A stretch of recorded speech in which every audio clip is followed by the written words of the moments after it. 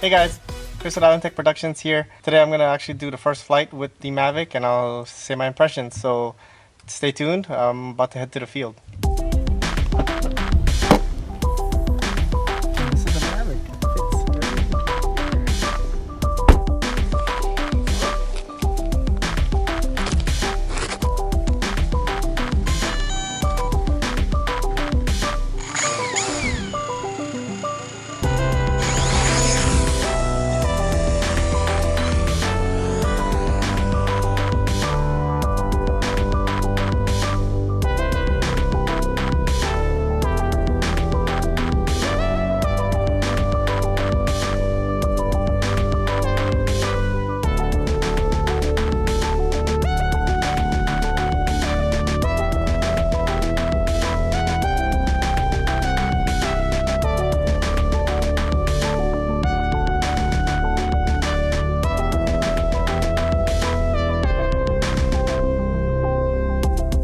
I just got back from taking the DJI Mavic out for a flight.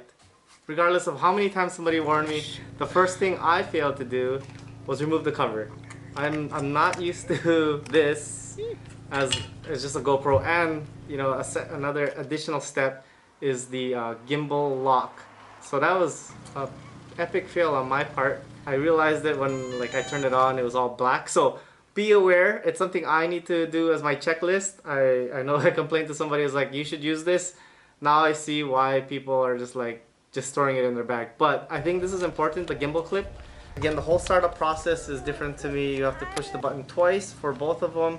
I guess that's for dual redundancy of both the controller and the remote. So that took a little bit while to boot up. It's very, very nimble. I'm flying it not at the beginner mode. So this thing hauled butt pretty quick. I was surprised. I think I was out there for 10 minutes. No major problems. Really stable one, and flies great on low to the ground. I did notice the field of view is much more narrower, or I believe it says a 28 millimeter equivalent. As far as safety, that's really cool. You don't have to fly right up to somebody. I just made the conversion on my GoPro with a 24, so it really looks really similar. Colors are crisp. I'm not used to doing the manual EV mode. Next thing I wanted to cover was the remote. The remote is completely different from any other remote that's out there. This is really small, and I found it to be actually really comfortable. Fits my Moto X 2nd generation just fine. Unfortunately, you cannot use a case. These teeth are really thin, so keep that in mind as well. Yeah, it just felt really comfortable in my hand. I've never used a DJI product in my life, so this is the first time I'm using one. Again, my background is with the 3DR Solo.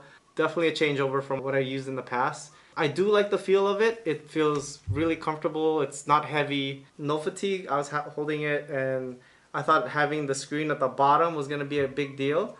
But actually it was more intuitive. I guess it felt more like a Game Boy than having the screen on top. I love how everything is on here and the extra buttons on the up here.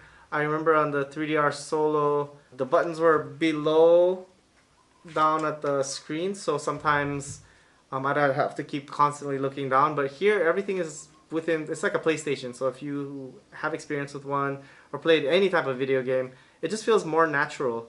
I just wanted to say I really enjoyed my flight. I have to do more flights. This is not a comprehensive review. I'm not sponsored by DJI whatsoever. Hopefully you found this useful. Who has the Mavic Pro right now? I'm wondering if anybody was converting over from the 3DR Solo.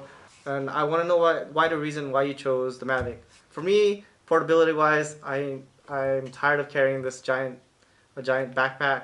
I want to put this in my camera case in the future, so that's the whole reason why I converted over. I'd love to hear your comments on what your experiences with the Mavic is. Let me just say thank you guys for subscribing. Family is here. Jingle bells. My wife, and I don't know who this is. Little monkey man, that's what he is. No, just kidding. Come, I can't do this. Like the video. Thank you guys for all the support. If you're somebody new, please subscribe to my channel. I hope to be bringing you more flights with the Mavic and comparisons in the future and other tech. I really appreciate you guys tuning in. And most importantly, happy holidays. Mahalo plenty. Have a good one.